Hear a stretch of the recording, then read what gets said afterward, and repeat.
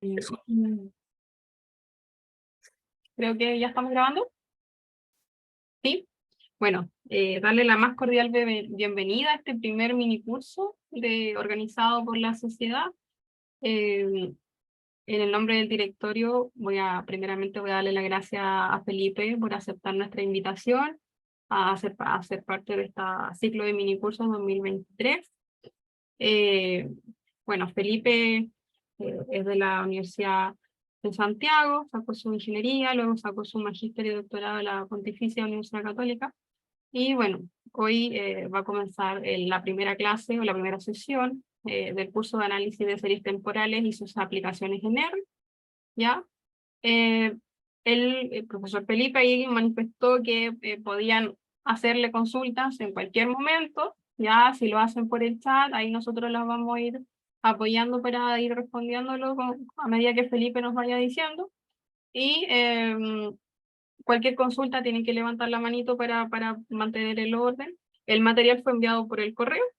Y bueno, darle las gracias a nuestros socios institucionales y a los socios regulares, estudiantes y todos los que nos acompañan en el día de hoy.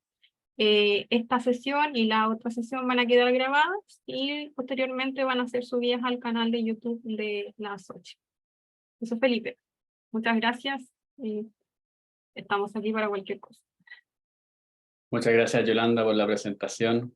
Gracias también a la SOCHE por la invitación a hacer este curso.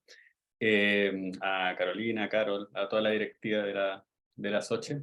Y también gracias a todos los que están asistiendo, que son muchos. Qué susto.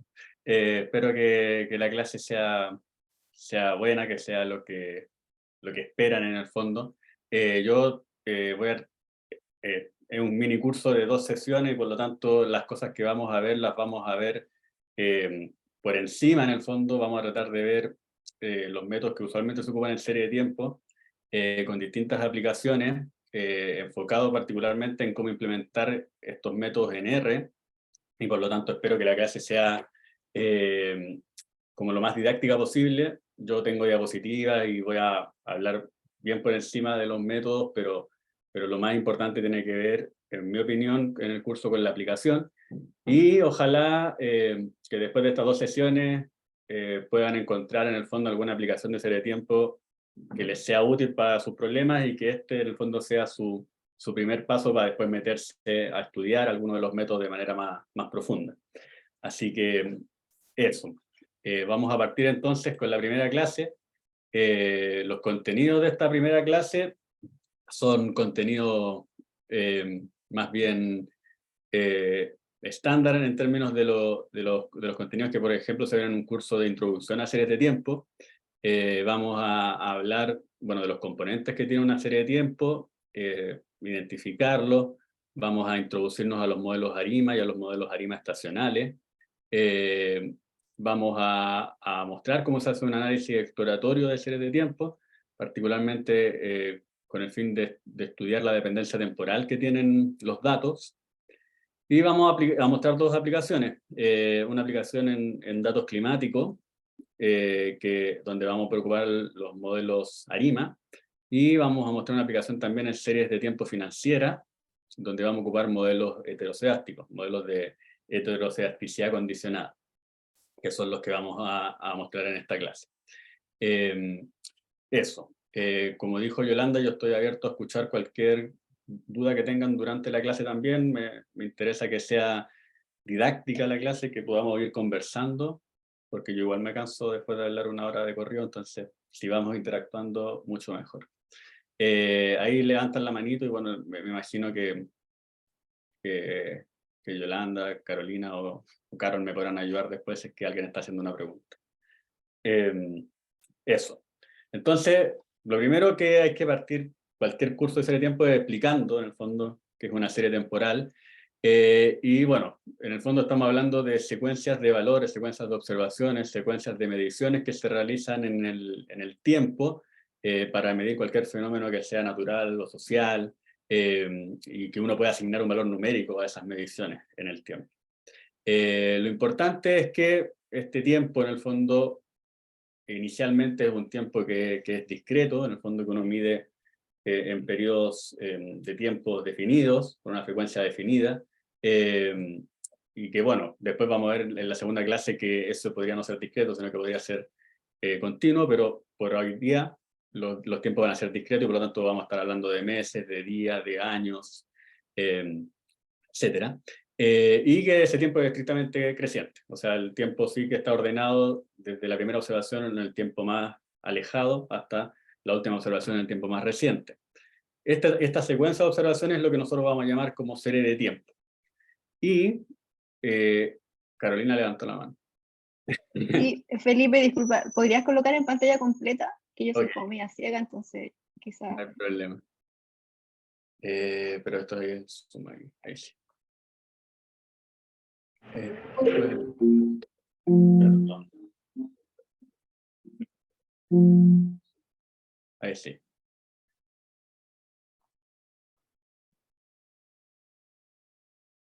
¿Se ve? Sí, súper, ahí sí.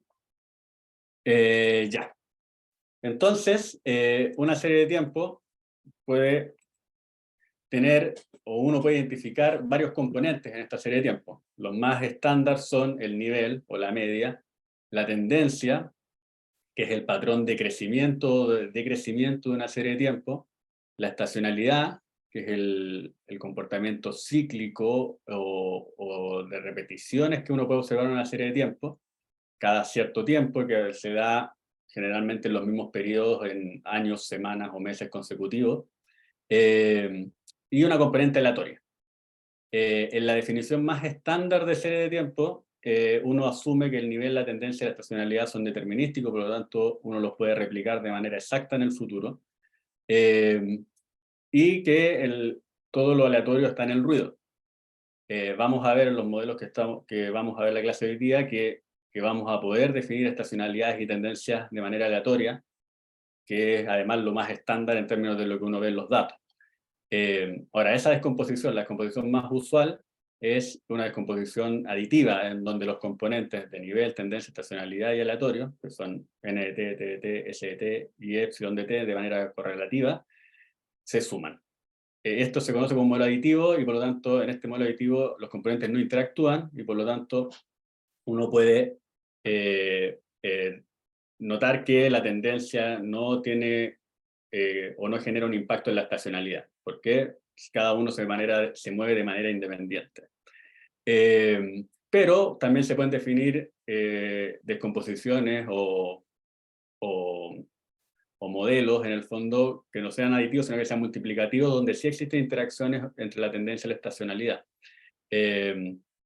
Y bueno, son las dos definiciones más estándar. La definición que tenemos acá, que es la aditiva, y la multiplicativa, donde los componentes se multiplican, o alguno de los componentes se multiplica entre ellos. Aquí voy a mostrar algunas series de tiempo, que son ejemplos de serie de tiempo que uno encuentra en R. Y aquí hay 4 ejemplos que permiten mostrar en el fondo cada uno de los componentes. La primera serie que está a la izquierda, en el panel superior a la izquierda, es la serie de los sunspots o de las manchas solares, y que muestra en el fondo el brillo del Sol por año, y que es una serie que se mide por año, y que va desde 1700 hasta 1980 probablemente. Y en esta serie uno ve un comportamiento del brillo que es cíclico, es decir, que cada cierto tiempo llegamos a un máximo de brillo y ese brillo empieza a decaer, y después empieza a aumentar y empieza a decaer. Esto es un comportamiento que es estacional, pero donde las amplitudes estacionales no son constantes, porque hay periodos donde la amplitud es más alta y hay periodos donde la amplitud, por ejemplo, es más baja. Entonces, aquí asumir que la estacionalidad es exacta en el tiempo es un supuesto que es muy fuerte y debiésemos asumir algo que más parecido a una estacionalidad más aleatoria, donde en ciertos periodos podemos tener pic más alto y en ciertos periodos podemos tener pic más bajo. El segundo ejemplo es Nicolás, dime.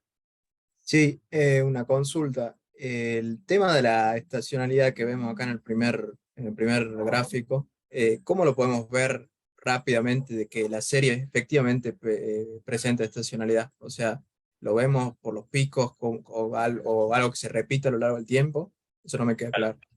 Uno lo ve, gráficamente lo ve por ver que los picos se repiten cada cierto tiempo y ese periodo es más o menos constante. Aquí está la serie completa, pero si uno hiciera un zoom sobre esta serie, se daría cuenta que estos picos se reproducen cada 10 años.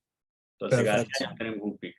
Ahora, hay técnicas para detectar periodos, pero esa la vamos a ver en la clase 2. Pero está el periodograma, por ejemplo. Perfecto. Sí, la pregunta era para ver rápidamente de manera gráfica, y bueno, es eso. Ningún problema, Nicolás. El segundo ejemplo es la población de Estados Unidos, en este caso en millones, que está medido por décadas. Y ustedes se fijan que esta serie es pura tendencia. Es una tendencia creciente, que no es lineal, que es más bien exponencial, y que por lo tanto, si el modelo que nosotros vamos a ocupar asume una tendencia lineal, es probable que tengamos que hacer una transformación para trabajar esta serie. Pero esta serie es un ejemplo de una serie que tiene solamente tendencia. Y esta es una serie que tiene solamente estacionalidad. Si nos vamos a los paneles de abajo, tenemos dos series de tiempo que tienen tendencia y estacionalidad. Una tendencia creciente con repeticiones, en el caso de la serie del CO2, de los niveles de CO2, que muestra en el fondo un crecimiento, una tasa de crecimiento más o menos lineal del CO2 desde 1960 hasta el 2000 prácticamente, lo cual es muy preocupante para la gente que estudia cambio climático. Pues los niveles de CO2 van aumentando constantemente. Y además tienen un efecto estacional que se produce por los meses. O sea, acá hay meses donde tenemos niveles de CO2 más bajos y hay meses donde tenemos niveles de CO2 más altos, pero en tendencia, si uno estudia la tendencia a largo plazo, vemos que esto va creciendo. Y esta es una interacción de tipo aditiva, porque la tendencia al aumentar no genera cambios en las amplitudes estacionales. Las amplitudes estacionales se mantienen más bien constantes. Por otro lado, la serie de Air Passengers, o de venta de pasajes aéreos, es una serie que también tiene tendencia y estacionalidad, pero que a diferencia de la serie de los niveles de CO2, las amplitudes estacionales van aumentando en el tiempo. Y por lo tanto, inicialmente las amplitudes eran más chiquititas y estas amplitudes van creciendo cada vez más. Entonces aquí tenemos un ejemplo donde la varianza de la serie va aumentando. Y va aumentando con la tendencia. A medida que la tendencia crece, la varianza va aumentando. Y eso es una serie tipo multiplicativa, porque las amplitudes estacionales crecen a medida que la tendencia va creciendo. Entonces tenemos 4 series bien distintas que pueden ser modeladas por los procesos que vamos a ver. Carlos, cuéntame. Hola Felipe, buen día. Una consulta, el primer ejemplo me hace bastante sentido y ahí vendría una pregunta. Por ejemplo, los suicidios que se generan de forma anual, ¿podría ser un ejemplo de serie de tiempo?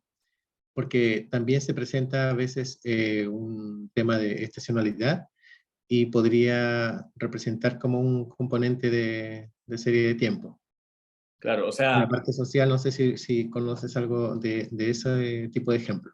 lo que yo entiendo es que tú me estás diciendo que, por ejemplo, tendrías mediciones de cuántos suicidios se producen Así es. mensualmente. Mensualmente, y por ejemplo, te comento que en la región de Atacama, por ejemplo, los suicidios se generan más en diciembre y en enero, a comparación de otras regiones. Entonces, hay un tema que se repite y hace mucho sentido porque siempre existe como un pic que se va repitiendo cada año. Claro, ese tipo de fenómeno es un fenómeno estacional. En el fondo uno ve que este pic se repite cada cierto tiempo. Claro. Por ejemplo, en la serie de acá abajo de venta de pasajes aéreos, el pic se repite en diciembre, generalmente. Entonces, claro, pero ahí uno tiene que estudiar el tipo de estacionalidad, porque hay estacionalidades más suaves, tipo seno-coseno, que son las que uno modela con un modelo armónico, pero si es un pic, y después el resto es más bien estacionario o de más media constante, ahí hay que pensar en otra forma de modelarlo, tal vez con variables de ángulo, etc. Ok, Eso. gracias Felipe. Bueno, antes de partir con la cosa más aplicada, tengo que sí o sí definir un concepto que va a ser clave en lo que nosotros vamos a ver en este curso, que es la estacionariedad. Entonces estamos hablando de un proceso estocástico, que nosotros vamos a decir que es estacionario de manera estricta, si todas las distribuciones de dimensión finita permanecen iguales en el tiempo.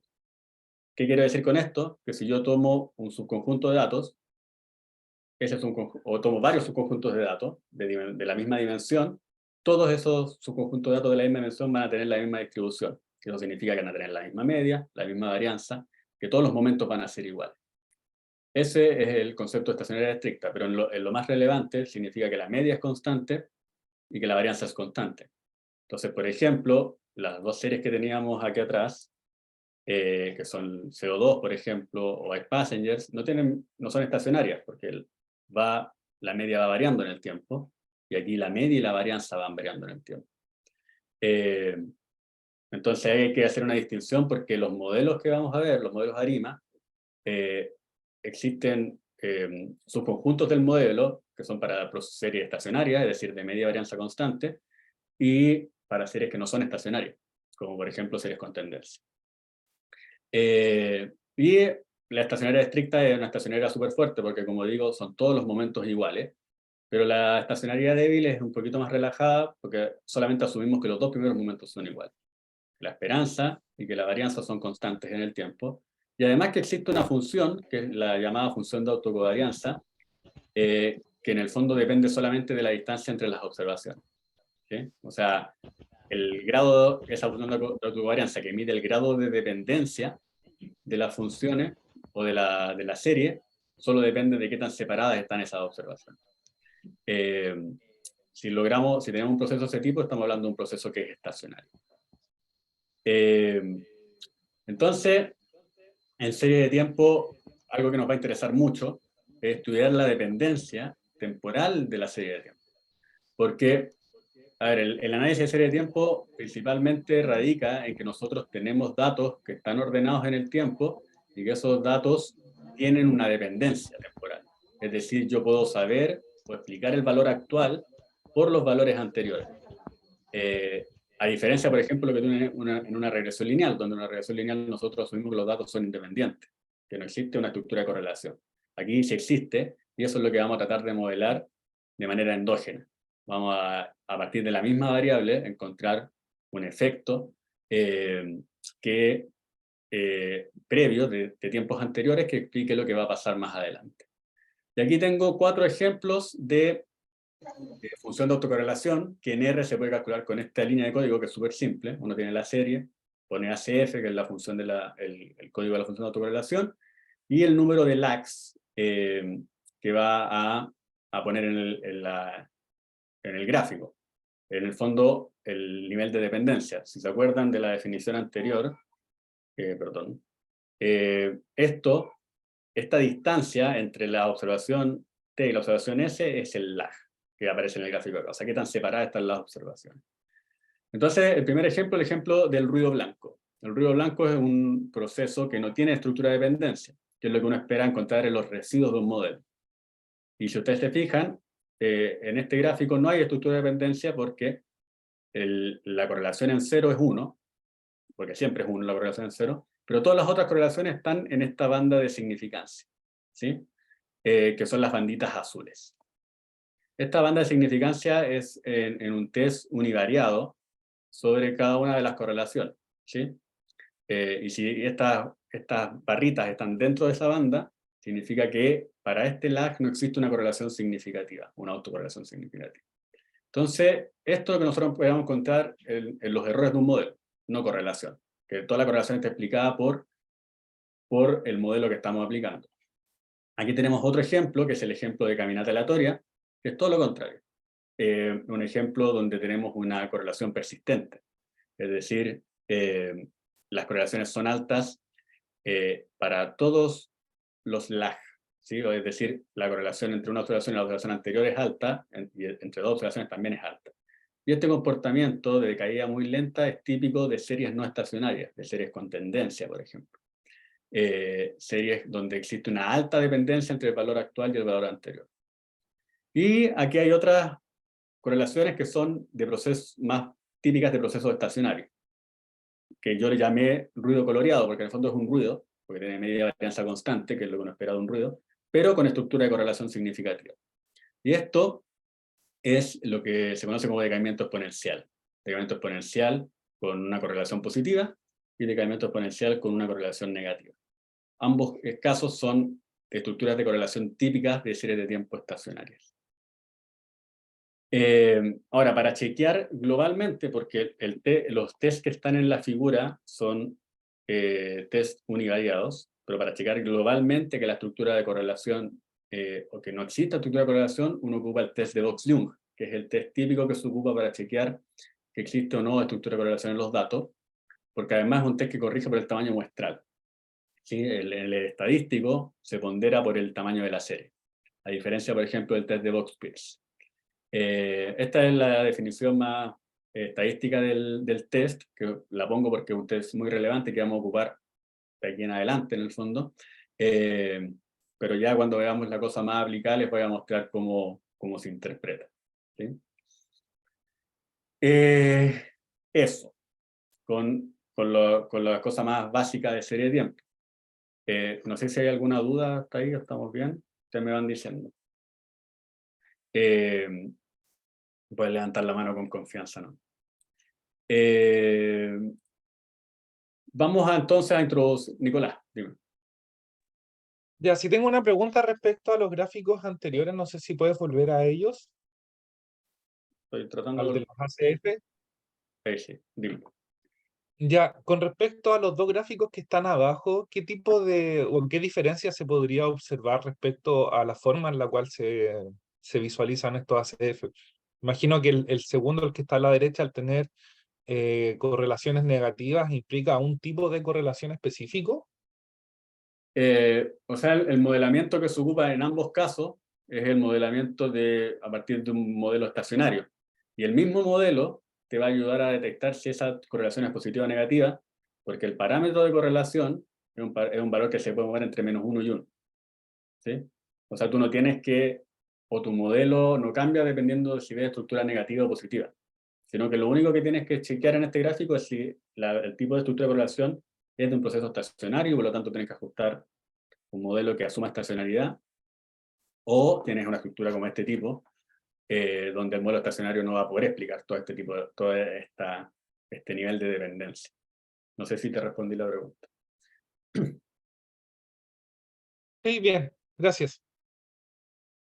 Entonces, vamos a introducir a los modelos. El primer modelo que vamos a ver es el modelo ARMA, que es un modelo que es estacionario, bajo ciertas condiciones de los parámetros del modelo, pero en todas las implementaciones de R, de Python o del software que ustedes quieran, las soluciones que van a entregar van a ser siempre estacionarias, si uno lo hace por máxima verosímil, la estimación.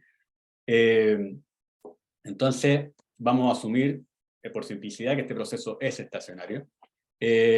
Y tiene esta estructura, tiene una estructura donde el valor actual de la serie es explicado por los valores anteriores y también por ruidos anteriores.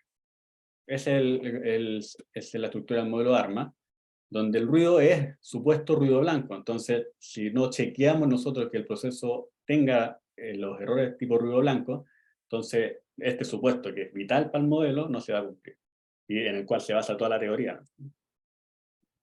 Ahora, en este modelo hay dos casos particulares, que son el modelo ARMA, que es en el modelo MA, que es cuando el P es 0, y por lo tanto toda esta estructura de dependencia en base a las observaciones anteriores no existe.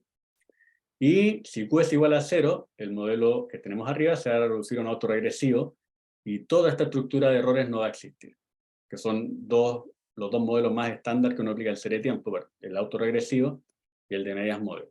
El modelo ARMA es el que combina ambos modelos. Y lo interesante del modelo ARMA es que uno puede, a partir de la estructura de dependencia temporal, y aquí tal vez recojo la pregunta que me hicieron antes, uno puede, a partir de la estructura de dependencia, chequear cuál es el tipo de modelo más apropiado.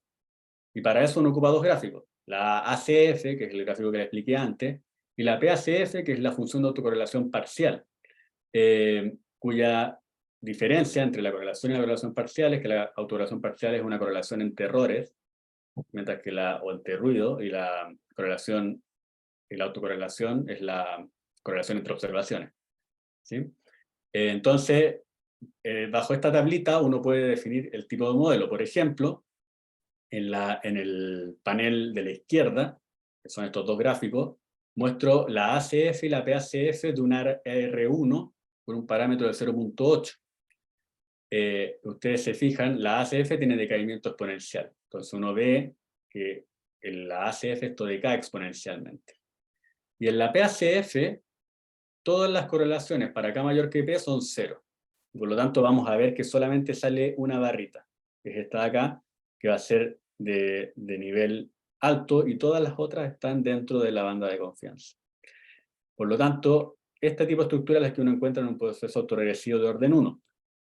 En este otro caso muestro la estructura de dependencia de un MA1, donde tenemos, de nuevo, un decremento exponencial, pero en la PACF, y este es un decremento exponencial con el signo negativo, es decir, se van alternando las correlaciones positivas y las negativas, y eso nos lleva a que el decremento exponencial no sea tan claro como este, pero funciona como medio como embudo. Y en la ACF tenemos que una barrita, porque la primera no cuenta porque es la barrita del 0, que esta barrita de acá es distinta de 0 y por lo tanto el proceso es un MA1. Entonces bajo esta tablita uno puede más o menos orientarse respecto a qué modelo tiene que ajustar. Porque nosotros vamos a ajustar un modelo ARMA, pero para ajustar el modelo ARMA lo que vamos a necesitar es determinar el P y determinar el Q. Eso sí que vamos a tener que determinarlo en el análisis previo. Y la manera de determinarlo es siguiendo el lineamiento de esta tablita. ¿Sí? Bueno, eso es el caso estacionario. Pero si tenemos un proceso AR1, que por lo tanto está definido de esta manera, si el phi es menor que 1, vamos a decir que este proceso es estacionario. Esa es la condición sobre el parámetro que se tiene que cumplir para que esta cosa sea estacionaria. La pregunta es qué pasa si el phi es 1. Si el phi es 1, vamos a tener una caminata aleatoria. Y este proceso que está acá, que es el mismo de acá arriba, pero con phi igual 1, es un proceso que es no estacionario. ¿Sí? Es un proceso donde la varianza explota. La varianza tiende a infinito, de hecho. Y por lo tanto, esto es modelable por un ARMA, de hecho es modelable por una R1, pero esto no. Entonces, vamos a tener que definir un test que nos permite identificar si estamos en este escenario, en el escenario que podemos modelar por un ARMA, o estamos en este otro escenario, que es el escenario que no podemos modelar por un ARMA. Y para ello existen los test de raíz unitaria, donde vamos a chequear una hipótesis nula de que el phi sea igual a 1 versus la alternativa de que el phi sea menor que 1 y por lo tanto la solución sea estacionaria. Es decir, equivalentemente vamos a chequear la hipótesis nula de que el proceso es de caminata aleatoria y por lo tanto no es estacionario versus la alternativa de que el proceso es estacionario. Y el test más conocido de este tipo es el test de Dickey-Fuller, y la implementación de R lo que hace es hacer un test de Dickey-Fuller aumentado. Es decir, no trabaja con el AR1, sino que trabaja con una RP. Pero bajo la misma idea. H0 caminata aleatoria, H1 proceso estacionario. O sea, si rechazamos el test, estamos en condiciones de ajustar con un ARMA. Y si no rechazamos, vamos a tener que buscar un modelo que pueda considerar en el fondo esa estructura de no estacionaria. Y ese modelo que vamos a tener que ocupar, si es que no rechazamos este test, es el modelo ARIMA. El modelo ARIMA es un modelo que no es estacionario, pero que se vuelve estacionario al diferenciarlo de veces. Y por lo tanto es un proceso integrado. Esa es la definición de lo que se llama un proceso integrado. Un proceso que, o una serie de tiempo que si yo la diferencio de veces, entonces va a ser estacionario y por lo tanto va a ser ajustable por un ARMA. Entonces este proceso IDT va a ser un proceso autorregresivo integrado de medias móviles, que en el fondo tiene la misma estructura del ARMA, con los polinomios autorregresivos de medias móviles, que son los que venían del modelo ARMA anterior, pero se incluye este componente de acá. Este componente que es el orden de diferenciación que debemos aplicar en IDT para que la serie se vuelva estacionaria. Entonces ahora hay que chequear un tercer valor. Ya no tenemos que chequear P y Q solamente, sino que además tenemos que chequear D. Y para chequear D vamos a tener que verificar en el fondo cuántas veces debemos diferenciar nuestra serie para que se vuelva estacionario. Es decir, vamos a tener que chequear el orden de integración de nuestro modelo, o de nuestros datos, perdón. Y el último modelo, de esta familia de modelos, el modelo SARIMA. Algo que debería haber mencionado sobre el modelo ARIMA es que el modelo ARIMA, uno puede demostrar que series con tendencia, con una tendencia lineal, por ejemplo, uno la diferencia una vez y se vuelve estacionaria. Y por lo tanto, una tendencia lineal es un proceso integrado de orden 1 y es ajustable por una ARIMA.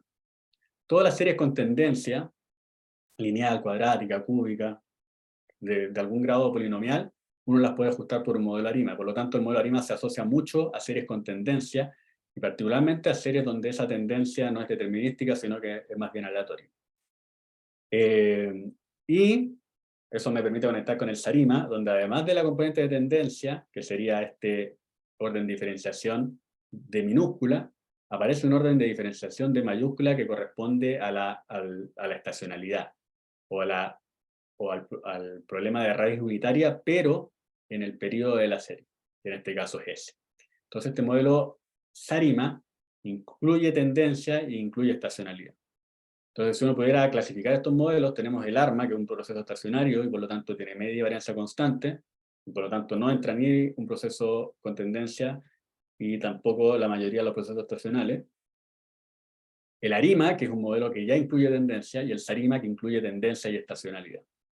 Y aquí aparecen muchos polinomios, es una cosa ya un poquito difícil de entender, pero le puse unos colorcitos para que se vea un poquito más claro de qué es cada cosa. Tenemos el polinomio autoregresivo, que viene del proceso ARMA, y el polinomio de medias móviles, que viene del proceso ARMA. Al tiro, Nicolás, te contesto para terminar de explicar esta diapositiva. Bueno, El orden de integración, que viene del proceso ARIMA, o sea, el circulito rojo, el circulito morado y el circulito azul vienen del proceso ARIMA. Y ya lo que es particularmente el modelo SARIMA, que es el polinomio autoregresivo estacional, el polinomio de medias móviles estacional, y el orden de integración estacional. Entonces, en el modelo SARIMA, uno lo que tiene son dos procesos ARMA, en realidad, o dos procesos ARIMA.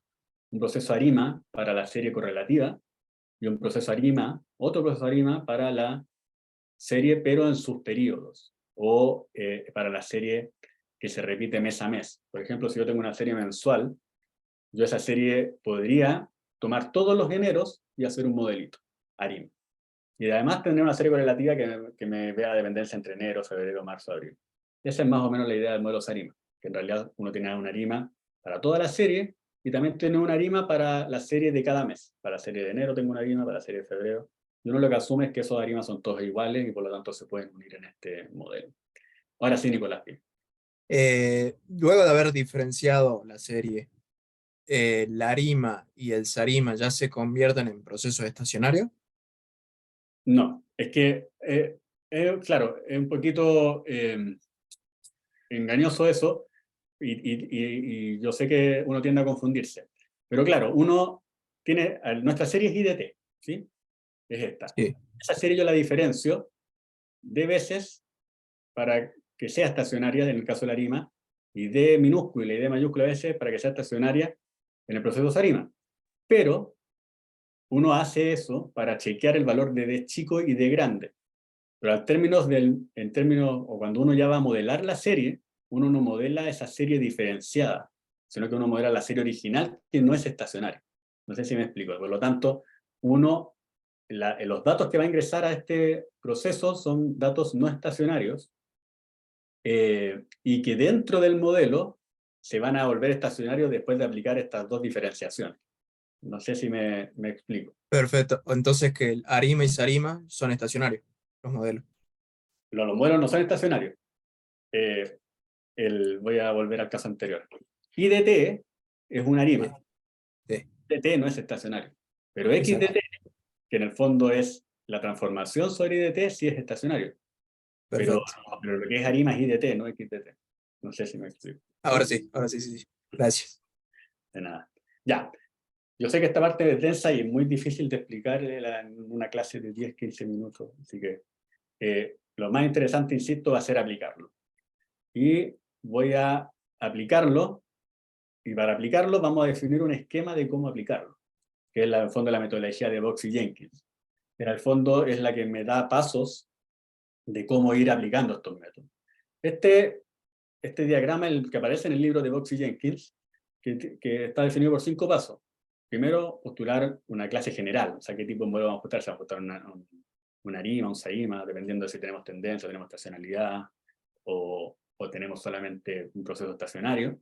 Después, identificar los órdenes del modelo, que en el fondo es el valor de P chico, Q chico, B chico, P grande, Q grande y D grande. Estimar los parámetros de ese modelo, ocupando algún código de R, por ejemplo, y después hacer el chequeo el diagnóstico del modelo, ¿sí? O sea, chequear si el modelo cumple con lo que es fundamental, que es el supuesto de que los errores sean ruido blanco, ¿sí? O sea, vamos a estimar los parámetros y vamos a hacer el diagnóstico del modelo en términos de chequear si los errores cumplen con los supuestos, es decir, medida constante, varianza constante y no correlación, que es lo que uno espera de un ruido blanco. Si no cumplen, vamos a tener que pensar en otro modelo. Por lo tanto, volvemos arriba. Pero si cumplen, entonces podemos ocupar ese modelo para forecasting o para lo que ustedes quieran.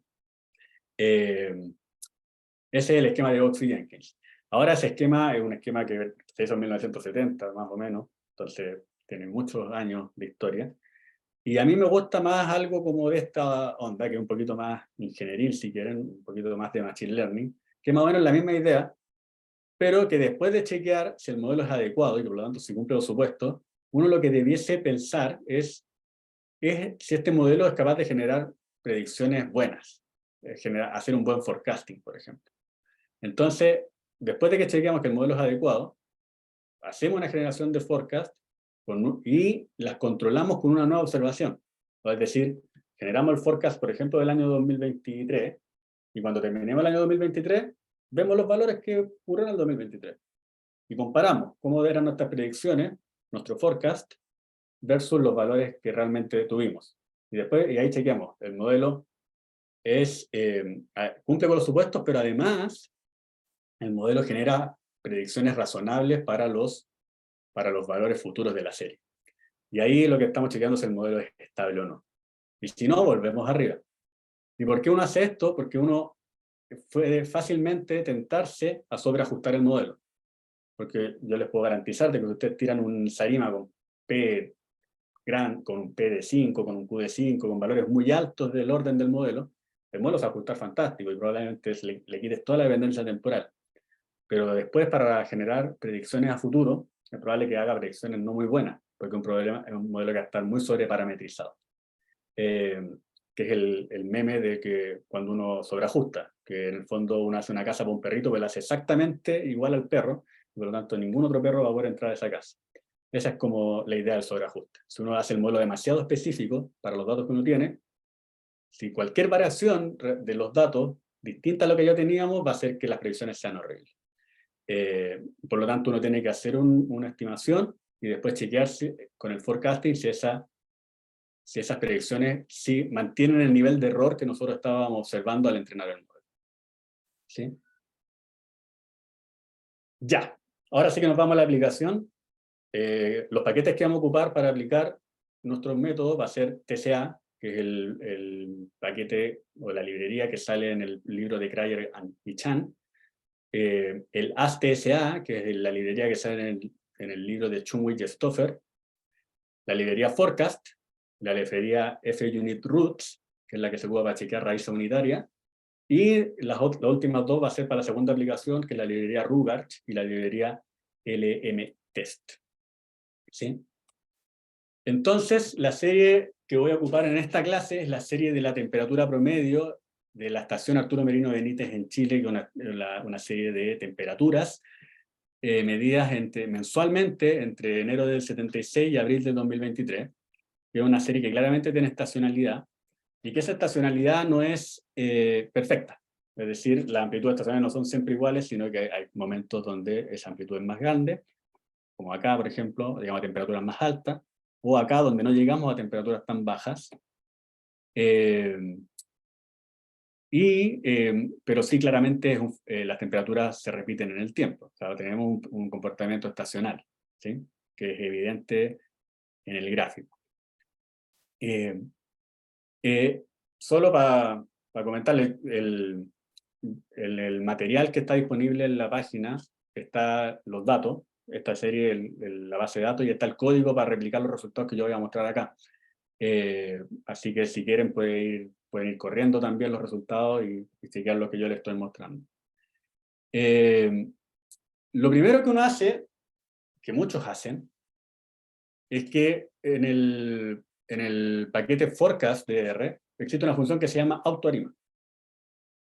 Y esa función autoarima lo que hace es proponerte el mejor modelo ARIM que uno podría ajustar. En base a el mejor modelo es ARIMA en realidad. En base a chequear el orden que minimiza el AIC, que es el criterio de acá, que uno busca que sea lo más chiquitito posible. Entonces esta función autoarima es bien mágica y uno es súper tentado a ocuparla, porque en el fondo se ahorra todo el análisis que yo le expliqué recién, y uno lo aplica y le tira un modelo. Entonces en este caso yo apliqué mi modelo autoarima sobre la serie de temperaturas, y me propuso este modelo, un SARIMA con P2, con Q2, con D grande 1 y con U grande 1, y con periodo 12. ¿Sí? Entonces me entrega todos estos parámetros. Entonces, se fijan, estos parámetros, están aquí los valores del parámetro y abajo está el error estándar de esa estimación. Y si se fijan, el error estándar es más, uno generalmente hace la comparación visual, si multiplica 2 veces el error estándar, y ese valor es más grande que el parámetro, entonces el parámetro no sería significativo. Después vamos a ver un código para checar que es significativo en todo caso, pero visualmente se nota de que los parámetros son todos significativos. Xochitl levantó la mano. Sí, soy yo. Ah, Yolanda. Sí. Sí, estoy oculta. Felipe, mira, estoy tratando de replicar el paquete. ¿Está relacionado el autoarima con cuál? Porque yo pude hacer los gráficos, pero no puedo encontrar la función autoarima. Instalé los Paquete forecast. Ahí debe estar la función autoarima. forecast. Ya, ¿necesita alguna versión específica de R? O sea, que tenga la 4.2 y no sé. No debiese. ¿No? No. El paquete forecast es un paquete súper antiguo, así que no creo. Ya, como ya se actualiza constantemente, entonces, no sé. Puedo mostrar en el fondo cómo me da, para ver si... Es que a mí me dan los gráficos, pero no me da esa función. Y me parece horror en el paquete. Entonces dije, voy a preguntar. Porque... Pucha, a mí no me salió ese error. ¿Y qué error te sale? me sale el error de la versión. Del R. Por eso preguntaba si pedía alguna. A mí no me ha molestado por la función, la función del paquete nunca, esa. Entonces no sé. Pero puedo chequear qué versión tengo yo. Ya. Pero ese es el único que, bueno, me aparece error, me hace todo lo demás, entonces estaba como... Por eso preguntaba si es que había algún, pero porque hay varios paquetes que a veces piden las últimas versiones y eso. Eso, claro, es usual, pero el paquete forecast debe funcionar bien, creo. Voy a tratar de chequearlo. No sé si alguien más tiene ese problema. No, ahí hay una consulta que dice sale error en los gráficos, error en el plot new, figura. Ya que ese es un problema, a veces para el tema de los gráficos, uno lo que tiene que hacer es cerrar la ventana de gráfica, porque quedó definida de una manera con los gráficos anteriores, entonces mejor limpiar tal vez el gráfico y volver a correrlo. Y ahí Nicolás propuso una alternativa para que funcione el autoarima. Ya. Sí, en todo caso yo uso el R tradicional, entonces no parece el problema. No, porque yo también ocupo el R tradicional. Ya. O la versión que tengo el R tradicional la voy a chequear. Ya, ahí le solucionó el problema a Marcela, así que súper. Yo voy a ver el otro. Ya, gracias. De nada. Ya, lo que yo les quería explicar respecto a la función autoarima es que si bien nos entrega este modelo, que cumple con parámetros significativos, es que esta solución, si uno la diagnostica, hace el diagnóstico del modelo, nos entrega este gráfico de acá. Y el último gráfico del diagnóstico, si ustedes se fijan, el p-valor del test de Leung-Box entrega valores altos del p-valor hasta el lag 5. Y después del lag 5 se van abajo de la línea punteada. El test de Leung-Box les recuerdo que es el test para chequear estructura de correlación. Y si no rechazamos H0, es decir, si el p-valor es alto, significa que no hay dependencia temporal y no la encuentra para ninguno de los primeros 4 lags, pero después del quinto la encuentra para todos. Y por lo tanto estos ruidos no son lo suficientemente blancos, ¿sí? Porque encontramos estructura de dependencia temporal todavía para órdenes de correlación más altos que 5. ¿Sí? Entonces, el procesador Torima lo que hace es darme una solución que minimice la IC, pero sin preocuparse de si el modelo que me propone cumple con los supuestos o no. Y por eso las cosas automáticas no son tan buenas. A veces funciona, y a veces el Autorima te entrega una solución que además cumple con los supuestos. Pero en este caso particular, no. Nicolás. Ya, y en ese caso, ¿qué es lo que implicaría que tendríamos que utilizar otro modelo ARIMA, por ejemplo, con una R5, una cosa así? Sí, ahora vamos para allá. Vamos a proponer otro modelo, pero no automáticamente, sino que analizando los datos. Y vamos a ver a Ya, qué sí. llega. Entonces, si analizamos los datos, yo primero que hago es hacer un log de los datos para estabilizar un poquito la varianza, que es una herramienta súper usual para controlar un poquito la varianza de la serie. Y vemos la ACF y la PACF. Esta es la ACF y la PACF de los datos. Este comportamiento que tiene la ACF es un comportamiento de estacionalidad, pero de estacionalidad no estacionaria. Suena como trabalengua, pero la estacionalidad y la estacionariedad son cosas distintas. ¿Por qué digo que la estacionalidad es no estacionaria? Porque si bien se ve un comportamiento cíclico, ese comportamiento cíclico baja súper lento. Y como baja lento, es no estacionario. En la PACF generalmente cuando tenemos datos no estacionarios no podemos ver mucho. Pero aquí sí se ve que evidentemente la serie que tenemos es no estacionaria y por lo tanto tenemos que diferenciarla. Entonces para diferenciarla vamos a ocupar un paquete que se llama funit_root. Y ahí hay una función que se llama ADF_test. Existen otras funciones para hacer test de Dickey-Fuller, pero esta es mi favorita porque uno puede controlar el modelo que uno hace. Porque generalmente el test de Dickey-Fuller incluye componentes determinísticos en el modelo. Pero como el modelo ARIMA no incluye componentes determinísticos, o sea, podría incluir un drift, por ejemplo, pero como en general no lo incluye, este test me permite controlar, en el fondo, por la inclusión de esos componentes determinísticos. Si uno pone NC en el tipo, el modelo detrás de la DF-test no va a tener componente determinístico, va a tener solamente la estructura autorregresiva. ¿Sí? Entonces, así uno puede chequear de mejor manera, en mi opinión, que la existencia de raíz unitaria o no. Y si se fijan, en este test de Dickey-Fuller,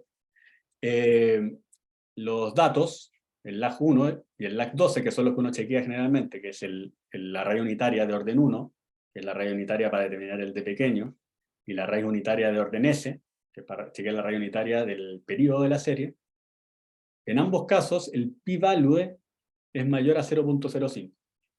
Y por lo tanto, no rechaza en ninguno de los dos casos. Aquí uno podría rechazar al 10, pero si ocupamos un nivel de significancia del 0.05, en ninguno de los dos casos rechazamos la existencia de raíz unitaria. Y por lo tanto, los datos tienen raíz unitaria, por lo tanto son no estacionarios, y por lo tanto tenemos que diferenciarlos para que sean estacionarios. ¿Sí? ¿Vamos bien hasta acá? Excelente. Y Frido, dime. Sí, hay que hacer una consulta en cuanto al valor de significancia con que trabajan los tests. ¿Siempre trabajan con un valor de significancia de 0,05 o uno pudiese cambiarlo? Esa es como una primera pregunta. Y la segunda pregunta es, perdón, y como para dejarlas de nada. Y la segunda pregunta es que si existe algún tipo de test o estimador en particular, como para saber a priori el orden de diferenciación de la serie. Si existe algo hecho de eso. Eso. Existe una función en R que también hace esto como más automático. A mí no me gustan tanto las cosas automáticas, pero existe uno que no me acuerdo exactamente, tal vez alguien lo voy a poner en el chat, algunos de mis alumnos de la USACH, que yo sé que lo han ocupado, que te dice el número de diferenciaciones que tienes que hacer. Se dice, creo que se llama NDIF la función, algo así. Y te da el orden de diferenciación. Pero yo prefiero, en mi opinión, hacer todo este chequeo más manual. Porque uno también se puede tentar muy fácil a sobrediferenciar. El problema de sobrediferenciar es que uno, al diferenciar más veces de las necesarias, uno tiende a aumentar la varianza de los datos. Entonces no basta con que este p-valor de más alto o más bajo. Si uno no diferencia esto y la varianza aumenta, entonces tal vez la diferenciación no es la solución para este problema. Porque la diferenciación no es la única solución para series no estacionarias. Entonces, existe una función para, respondiendo a la pregunta, existe una función para chequear el número de diferenciaciones, pero creo que siempre es bueno ir corroborando si la diferenciación que te propuso te genera un aumento en la varianza de los datos o te la disminuye. Si te la disminuye, está perfecto. Respecto a la nivel de significancia, generalmente uno ocupa 0.05, pero uno puede ir jugando un poco con eso. La idea es encontrar una solución que sea lo más clara posible en términos de detectar esa raíz unitaria, ¿sí? Entonces, si hay dudas, si este p-valor, por ejemplo, de acá te genera una duda de la existencia o no de la raíz unitaria, chequemos la varianza. Diferenciamos y checamos cómo nos da la varianza. Eso es lo que yo propongo. Gracias. Y hacemos eso, efectivamente. Yo hice este ejemplo, ustedes tienen que correr el R y van a obtener todos los resultados, pero yo los tabuleé para que se vea más ordenadito. Si corremos el test de Dickey-Fuller para la serie diferenciada en el periodo, esto en el fondo es la serie. Esto es la serie diferenciada con D chico igual 1, con D grande igual 1, con D chico y D grande igual 1, con D chico igual 2 y con D grande igual 2 y D chico 1. O sea, hartas combinaciones de los D. Chequeamos que el test de Dickey-Fuller ya rechaza la raíz unitaria para todos los casos en que aplicamos diferenciación. Pero la solución que minimiza la varianza de todas esas es la que está acá, que es de chico igual 0 y de grande igual 1. Esa es la que tiene la menor varianza. Esta es la desviación estándar, pero ustedes saben, hay que darle al cuadrado de la varianza. Pero el que minimiza la varianza, en el fondo, es esta solución. Entonces, esa es la que yo voy a proponer para mi problema. Por lo tanto, la solución en este caso va a ser ocupar de chico igual 0 y de grande igual 1. Y si ustedes diferencian por de grande igual 1 y hacen la ACF y la PACF, llegamos a este grafiquito de acá. ¿Sí? Insisto, cualquier solución de estas me garantiza un proceso estacionario, pero la que minimiza la varianza es esta. Y nosotros vamos a buscar en el fondo la que nos genere esa mínima varianza. Así que nos quedamos con D chico igual 0 y D grande igual 1. Y aquí uno puede determinar el orden del modelo. Primero chequeando el número de barritas que sale en la ACF y la PACF, de acuerdo a la tablita que les mostré cuando les expliqué el modelo ARMA. Y también chequeando más o menos las estructuras de decaimiento que tienen, si tienen decaimiento exponencial, por ejemplo, o no. Entonces, por ejemplo, y uno en el modelo SARIMA tiene que estudiar esta dependencia en los periodos, o sea, en los primeros puntitos, que en el fondo va a ser la serie correlativa, y también en los periodos, que son los que están marcados con números acá en el gráfico. Y por ejemplo, una cosa que para mí es más o menos evidente es que en este gráfico, en la PACF, hay un decaimiento exponencial en la estacionalidad. Y por lo tanto, uno no es que debiese ingresar un AR4 en la parte estacional, porque sería un modelo sobreparametrizado, sino que le ponemos 0. Y le ponemos al MA1 porque sale una barrita de acá. ¿Sí? Y por otro lado, tenemos aquí dos barritas en la PACF que nos podrían pensar en una R2, y aquí hay hartas barritas en el MA que podrían ser o un decaimiento tipo exponencial, aunque no es exponencial porque es mucho más lento, o agregar las barritas de acuerdo al orden del modelo. Entonces, en base a esta estructura, uno podría pensar en que el P chico es 2, que el P grande es 0 y que el Q1, el Q grande es 1, por lo menos. Creo que la parte del Q chico es la parte un poquito menos clara. Entonces, al modelo al que yo llegué es este. Donde, por ejemplo, el P grande igual 0 y el Q grande igual 1 eran súper claros en el gráfico. Y generalmente cuando uno tiene estructuras persistentes, o sea, que tienen dependencias más largas, en la ACF y la PACF, a veces la solución no es meter 2 y 2, sino que la solución mínima es el arma 1-1, porque el arma 1-1 asume exponencial en los dos casos. Entonces, yo llegué a este modelo. Nicolás, dime. ¿Cómo determinas que el Q grande es 1 y el D grande es 0? Eso no me quedó claro. Para determinar el orden del P y del Q grande, que es en el fondo es el orden estacional, uno tiene que mirar la estructura de correlación en los periodos, que en el fondo son los valores aquí enteros, 1, 2, 3 y 4, ¿cierto? 1, 2, 3 y 4. Entonces, si tú te fijas en el 1, el 2, el 3 y el 4, aquí hay una especie de decremento exponencial, ¿sí? Como que esto decae, lento, pero va decayendo. No tan lento como una cosa no estacionaria. Y vimos en la tablita que les mostré antes, de que si hay decremento exponencial en la PACF, entonces lo que estamos hablando es de un modelo de medias móviles, ¿sí? Y el orden de ese modelo de medias móviles está dado por el número de barritas que sale en la ACF, en este caso solamente uno, es ese. Perfecto. Esa es como la razón. Entonces llegamos a este modelo, que es un modelo que tiene harto menos parámetros que el que me da la autorima, tiene 3 solamente, y que todos son significativos. Y para chequear la significancia de este modelo, vamos a ocupar el paquete LMTest, que tiene una función que se llama CoefTest. Y ahí uno puede meter el modelo y me entrega las estrellitas, que a veces no le encanta que le entregue las estrellitas. Si te fijas, son las mismas estimaciones, el mismo error estándar. Lo único que hace la función es generarme el test. Y los 3 parámetros son ultra significativos, así que el modelo, por lo menos en términos de los parámetros, está bien especificado.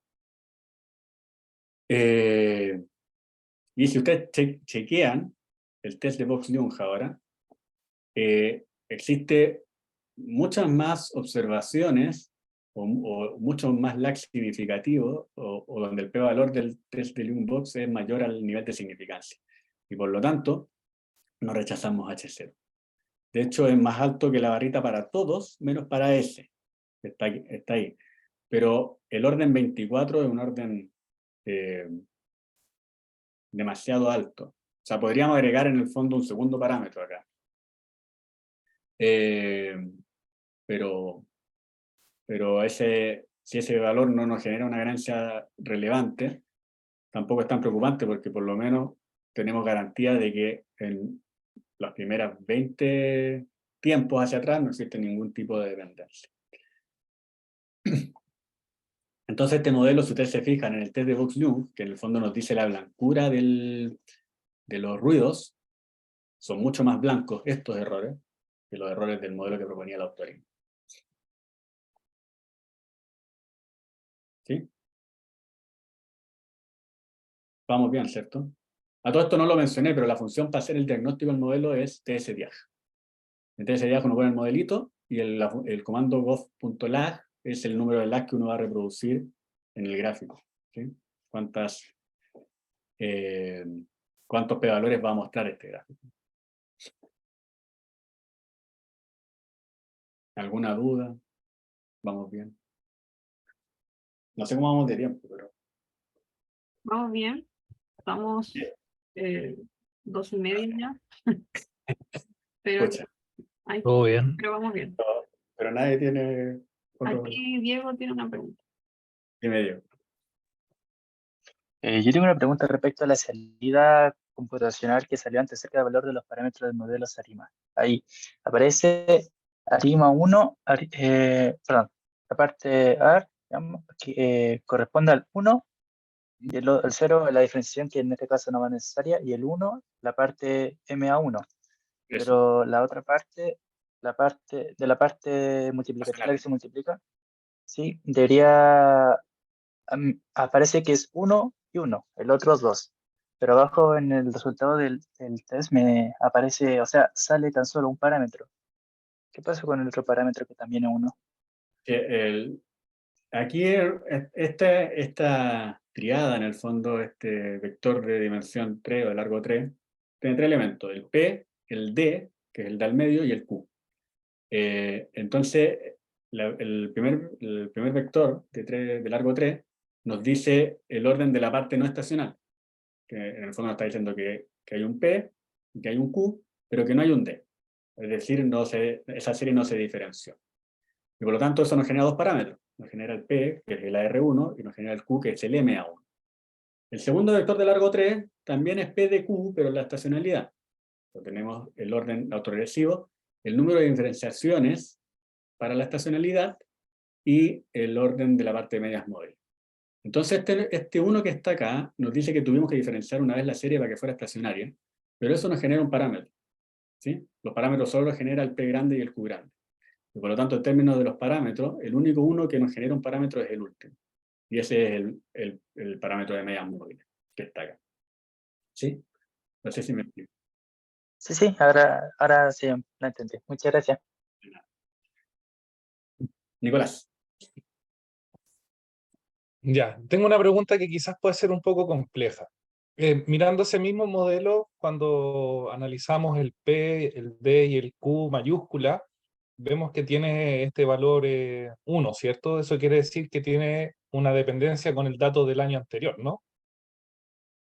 O sea, los datos tienen una dependencia, como el D es grande, o sea, como el D es 1, te refieres al D, ¿cierto? Sí. Como el D No, es no, 1, tiene una dependencia no solamente el año anterior, sino que a 2 años atrás, 3 años atrás, una dependencia muy larga. ¿Sí? Una dependencia que no es estacionaria, por lo tanto es muy larga esa dependencia. ya, pero la segunda parte del modelo, donde incluso está el subíndice 12, eso quiere decir que en el fondo existe este patrón que se repite cada 12 meses, ¿no? Exacto. Sí. Ya, y eso yo no lo podría modelar como un arma, no sé, 12-1 o 1-12 automáticamente. Podrías, pero si tú modelas un arma 1.12, estás metiendo 12 parámetros al modelo. Entonces, Ya, pero por ejemplo, si yo restringo a que todos los otros parámetros antes del número 12 sean ceros, uno igual puede hacer eso, ¿no? pero hacer eso es hacer un Sarima. Ah, ya, automático, o sea, es eso. Claro. Hacer el Sarima, porque si tú haces un arma y le metes 12 parámetros, tienes 12 parámetros. Pero si tú no quieres que esos parámetros sean distintos de 0 y por lo tanto sean 0, en el fondo lo que estás diciendo es que estás modelando el mes. No sé, estás modelando los eneros, por ejemplo. ¿Sí? Ya, Por lo tanto, eso es un modelo Sarima. Eso es lo que hace el modelo Sarima. Te ya, ahorra entiendo. meter esos 11 parámetros. Ok, ya, gracias. De nada. Ya, entonces después de que ya decidimos que este modelo está mejor, vamos a hacer un forecast, y para ocupar el forecast vamos a hacer el predict del modelo. Y el comando, uno pone el NaGeAdd, que es cuántas predicciones vamos a hacer. Yo le puse 24, es decir, vamos a pronosticar los próximos 24 meses o los próximos 2 años. ¿Sí? Y el forecast que entrego es este de acá, que se ve muy razonable.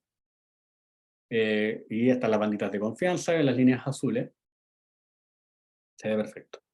El tema es que no sé si está bueno o está malo, porque no tengo punto de comparación. Tendría que esperar que pasen 2 años para saber si las predicciones me dieron razonables o no. Entonces lo que voy a hacer es lo que les propuse en el esquema de Box Jenkins. Es, para chequear la capacidad predictiva, vamos a usar dado que ya seguimos el modelo, vamos a ocupar el 90% de la serie para entrenar el modelo y el 10% final para validarlo. Y ese 10% corresponde a 5 años de la serie. Entonces, esos últimos 5 años, voy a comparar el valor observado con el valor de forecasting, que son las líneas rojas. Entonces aquí sí tengo un punto de comparación, porque tengo la línea negra versus la línea roja. Y lo primero es que el error cuadrático medio del forecasting me da un valor súper chico que es 0.0045. O sea, un error bien bajo de predicción o de estima de forecasting. Ahora, para ver, porque aquí está toda la serie y como que no se ve mucho, así que le voy a hacer un zoom. Y si se fijan en el zoom, bueno, primero, no siempre la línea roja llega a los máximos observados. ¿Sí? La estimación puntual aquí quedó corta, por ejemplo, aquí quedó corta. Aquí la estimación puntual anduvo perfecta. Y aquí quedó corta de nuevo. Y aquí en el 2022 nos pasamos por esto, en el modelo. Ahora, achuntarle con la probabilidad de achuntarle con la estimación puntual es 0. ¿Sí? Y para eso existen los intervalos de confianza. Y si usted se fija en los intervalos de confianza, todos los intervalos de confianza, que es las barritas azules, incluyen la serie. O sea, la serie en ningún momento se sale del 95% de confianza. Y eso significa que nuestras predicciones están funcionando súper bien. ¿Sí? O sea, con un 95% de confianza, todos los valores que nosotros dijimos que van a estar con un 95% de confianza, los valores observados estuvieron incluidos en ese intervalo. Y por lo tanto, el modelo está funcionando. Y podemos confiar en que las predicciones futuras, el intervalo de esas predicciones también va a incluir los valores reales de temperaturas que vamos a tener en los próximos 2 años, por ejemplo.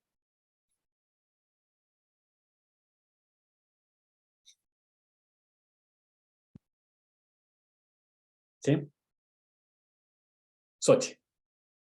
Yolanda, en realidad. Felipe, mi consulta, bueno, la base de datos estaba bien ordenadita, bien bonita. ¿Qué pasa cuando ahí tenemos falta de datos? Por ejemplo, porque bueno, eso era una base de datos de Santiago, en regiones de repente pasa algo con la máquina y hubo un periodo que no hay información. ¿Qué hacemos ahí? A ver, primero que todo, uno en los modelos, todos estos modelos asumen tiempos regulares y por lo tanto, tú necesitas datos para todos los tiempos. Ahora, uno puede demostrar que para los procesos ARIMA-SARIMA, perder un dato, particularmente cuando la relación es súper alta, no te afecta en nada al modelo. Por ejemplo, si uno tiene un autoregresivo con parámetro 0,9, uno sabe que la relación en 2 tiempos atrás es 0,81. O sea, el dato que perdiste tiene relación 0,9 con el que viene, pero el dato que viene más atrás tiene relación 0,81. O sea, tampoco es una relación baja, relación alta igual. Y por lo tanto, si tú haces un predictor de interpolación para estimar ese valor que te falta, ese predictor va a estar bueno, va a funcionar bien. ¿Por qué? Está hecho con una estructura de correlación súper alta. ¿Sí? No sé si me explico. Entonces, cuando uno tiene datos perdidos, uno lo que puede hacer es imputar ese dato, y si la relación que tiene la serie, la estructura de dependencia que tiene la serie es muy alta, ese predictor va a ser un buen predictor. Mientras más vaya decayendo esa estructura de correlación, ese predictor va a ir perdiendo su fuerza. En el fondo. Y por lo tanto uno va a poder reemplazar ese valor, si es 1 o 2, y poder generar un buen modelo igual. Eso. Pero los modelos autorregresivos, insisto, cuando tienen dependencia alta, si uno tiene un NA, por ejemplo, el modelo podría funcionar incluso bien, porque la estructura de dependencia se mantiene en el tiempo, cuando son muy altas. ¿Sí? Entonces no te genera grandes cambios. Ahora, si tú tienes, por ejemplo, que te falta un año completo, ahí obviamente que ya en el fondo transformas tu set de datos en 2 datos independientes. ¿Sí? Que en el fondo el tema tiene que ver con que el dato perdido esté dentro de una estructura de correlación. Entonces, si tú ya pierdes mucha información, entonces si pierdes un año completo, ya ese 0,9 va a estar elevado a 12, por lo tanto esa correlación va a ser 0 prácticamente, entre el valor actual y el valor en 12 meses más adelante, y por lo tanto ahí sí que no hay ninguna relación entre los 2 bloques, y por lo tanto va a ser súper difícil saber qué pasó entre medio. No sé si me explico. Sí. Depende mucho de la estructura de correlación, cómo te funciona tu imputación en Missing Data y cómo funciona tu modelo anti-Missing Data. Okay. ¿Alguna otra pregunta? Porque ya me voy a pasar al siguiente ejemplo. Silfrido, dime. Sí, me gustaría saber cuál es el porcentaje mínimo que uno utiliza para hacer el entrenamiento del modelo. En este caso estás utilizando el 90%, pero pudiese ser menos. Por lo general he visto por ahí en algunas bibliografías que utilizan 30, 70, 30 para entrenar, cuando se tratan de modelos de aprendizaje automático, 70 para validar, pero utilizan muy poco. Generalmente al revés. Uno entrena con 70 y predice con 30, o testa con 30. O sea, a ver, depende de nuevo, del tipo de dependencia que uno quiera modelar. En este caso, el modelo que nosotros estamos haciendo es un modelo que va a generar predicciones a largo plazo, porque la estructura de dependencia es súper larga.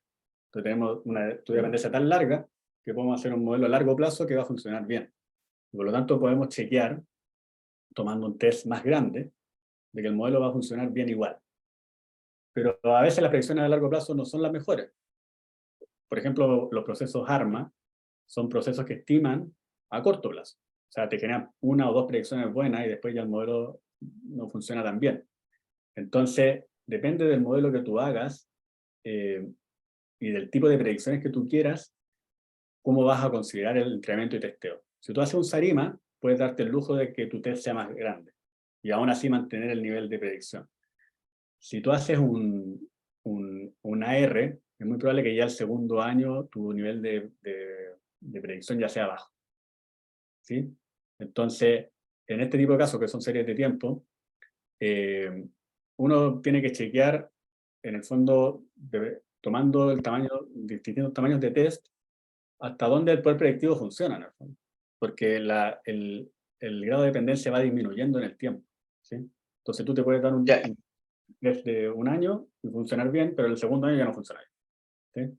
Ya, mi pregunta iba más dirigida, y perdón que te interrumpa, es porque me he encontrado con datos de persistencia en el tiempo, pero con un tiempo muy, muy, muy largo, como por ejemplo datos de lluvia, regiones donde hay mucha sequía y llueve, no sé, supongamos, cada 10 años ocurre un evento de lluvia y, y ahí hay información. Entonces, ¿cómo uno podría hacer una predicción de este estilo? Entonces, lo que pensaba era, bueno, quizás es idóneo utilizar allí el 90% o más inclusive de la serie para hacer la predicción. Claro, depende, claro, de cuántos datos tengas. Si tú tienes muchos datos, ya un 5% van a ser hartos datos también para testear. Entonces, claro, uno generalmente trata de entrenar con lo máximo posible, de manera de que también tengamos hartos datos en el test. Porque si tú achicas mucho tus datos de entrenamiento, entonces ya no es tan confiable respecto al modelo final, porque el modelo final incluye todos los datos. ¿Sí? Entonces, Claro. los datos de entrenamiento se parezcan en magnitud al tamaño de la serie, más o menos. Entonces uno trata de achicar lo más posible. Y si uno tiene hartos datos, uno puede hacer que eso no sea tan distinto a la serie original. Eso. Sí, eso, gracias. Ya. Entonces vamos a ver la segunda aplicación, que es una aplicación en serie de tiempo financiera. Y la aplicación va a ser sobre la serie del precio de cierre diario de Falabella en la Bolsa de Santiago en los últimos 5 años, entre 14 de junio del 2018 y 14 de junio del 2023. Y la serie que tenemos acá es esta.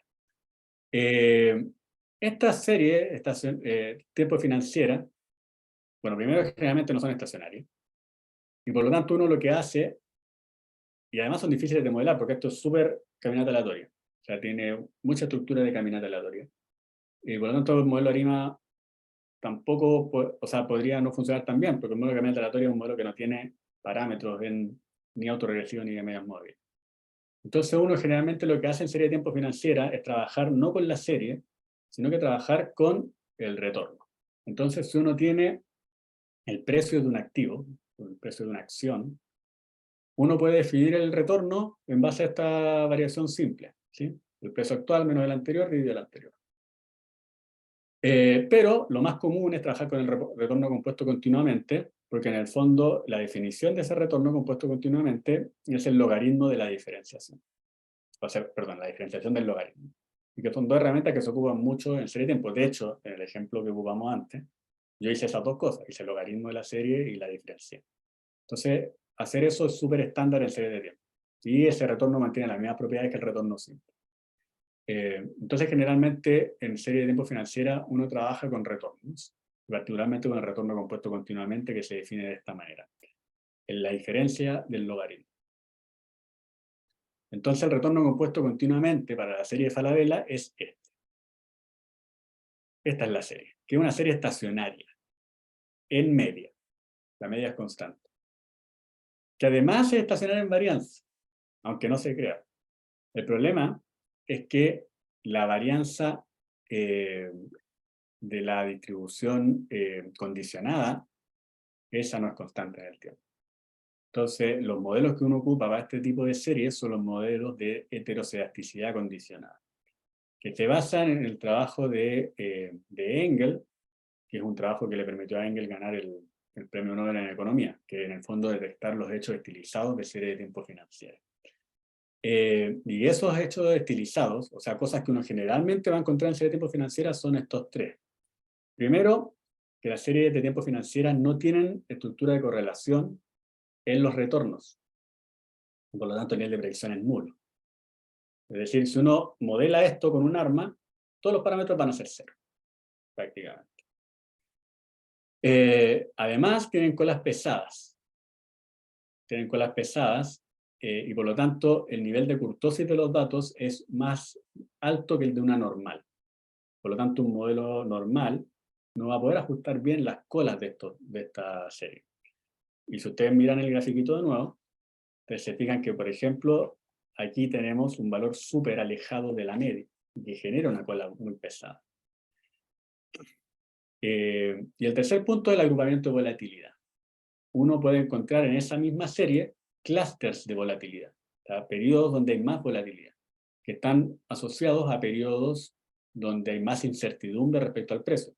O sea, el precio cae abruptamente producto de una caída en la bolsa, por ejemplo. Eso genera que la gente venda más o que la gente compre más. Entonces, si el precio cae, la gente va a comprar más. Y eso genera que el precio se siga devaluando aún más. Eso genera clúster de volatilidad. O sea, periodos donde a mayor incertidumbre el precio tiende a tener mayor varianza. Y en periodos donde la cosa es más estable, el precio se mantiene más o menos estándar en un nivel y los retornos van tendiendo a promediar cero. Ese agrupamiento de volatilidad genera que las correlaciones que no eran significativas para los retornos, sí lo sean para los retornos cuadrados. Entonces, uno tiene que pensar en un modelo ahora no que trabaje sobre la serie, sino que trabaje sobre el cuadrado de la serie. Porque en el fondo lo que vamos a modelar en este caso va a ser la varianza y no la media. Porque lo que estábamos modelando con el modelo Sarim era la media. Lo que vamos a modelar ahora es la varianza o la volatilidad. Estos son los tres hechos estilizados que generalmente ocurren en serie de tiempo financiera. Pero el 1 a veces no se cumple. El más común no se cumple es el 1, el 2 y el 3 se cumplen casi siempre. Pero el 1 a veces no se cumple, y si no se cumple, ahí también tenemos solución para ese caso. Ahora, si la serie cumple con esos tres hechos estilizados, no tiene correlación en los retornos, tiene una estructura de colas pesadas en los datos, y además tiene clases de volatilidad, el proceso apropiado para esos datos va a ser el modelo Garch, que tenemos acá. Donde el modelo Garch es un modelo donde los retornos son un ruido nomás, con una varianza, pero esa varianza varía en el tiempo, no es constante. Y puede ser explicada por los retornos anteriores y por las varianzas anteriores. Eso es lo que tenemos en el modelo Garch. Y si el Q es 0 en este modelo Garch, lo que vamos a llegar es al modelo Arch, que es el modelo más simple de los modelos de heterocedasticidad condicionada, donde la volatilidad o la varianza está explicada solamente por los retornos anteriores y no por las volatilidades anteriores. De nuevo vuelvo a la serie, entonces. Vamos a chequear efectivamente que esta serie cumple con los hechos utilizados. Primero, gráficamente, uno ve los clústeres de volatilidad. Por ejemplo, acá hay un periodo de mayor volatilidad. Este de acá es súper evidente, ¿no? Tenemos un periodo donde hay mayor volatilidad. Por ejemplo, al inicio de la serie, primer año de la serie, una serie diaria, no había volatilidad, o sea, no había periodos de mayor volatilidad, fue un año muy estable. Pero el segundo año, que corresponde al 2019, fue un año con mucha volatilidad, con muchos clústeres de volatilidad. Y esto de acá ya debe ser 2022. Final de 2021 y inicio de 2022 también se generó un clúster de volatilidad muy alto en estos datos. Entonces, los objetos de volatilidad son claros. Hay periodos donde la varianza es mucho más alta que otros periodos, por ejemplo donde la volatilidad es más baja. El segundo hecho estilizado es que no hay estructura de correlación en los retornos, pero sí lo hay en los retornos cuadrados. Entonces yo aquí tiré la ACF de los retornos y la ACF de los retornos cuadrados, y los test de Box-Young para los retornos y para los retornos cuadrados. Si ustedes se fijan, el hecho estilizado de que no tiene estructura de correlación, en este caso no se cumple, porque sí sale la barrita, y el test de Box-Young rechaza la estructura de correlación en estos datos. Por lo tanto, estos datos no tienen, o sea, sí tienen estructura de correlación en los retornos. O sea, el hecho estilizado de que no, los retornos no tienen estructura de correlación, en esta serie no se cumple.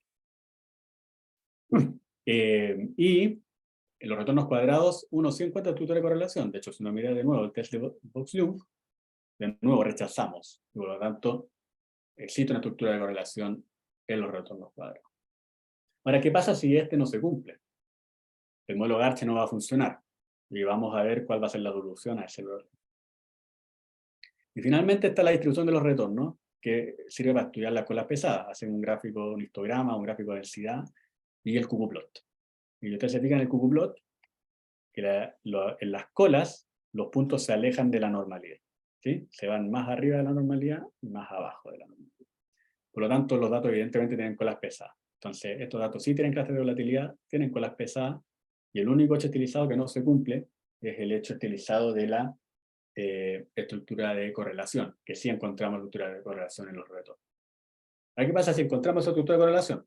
Lo que vamos a tener que hacer es agregar un modelo ARMA a la media, y además tener el Garch en la varianza. Eso. No sé si vamos bien hasta ahí antes de pasar a la aplicación, a la salida de R.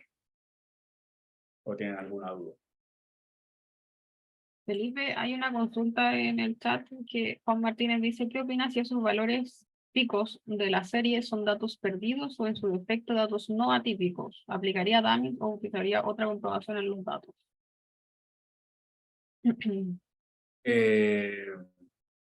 No sé si se refiere a esta serie o a la serie anterior. Creo que a la que estaba antes, pero al inicio creo que de... Esta serie puso Juan.